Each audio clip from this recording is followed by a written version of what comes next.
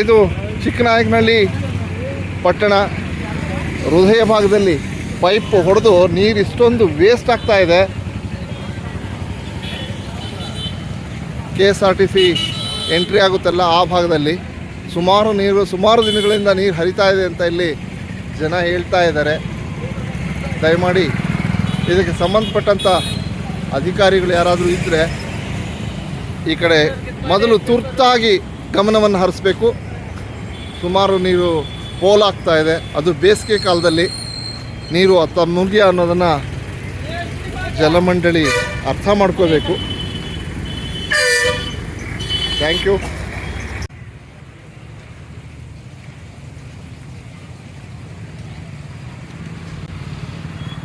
Karnataka one ಹತ್ರ ಇಲ್ಲಿ ಹರಿತಿರೋ ನೀರು.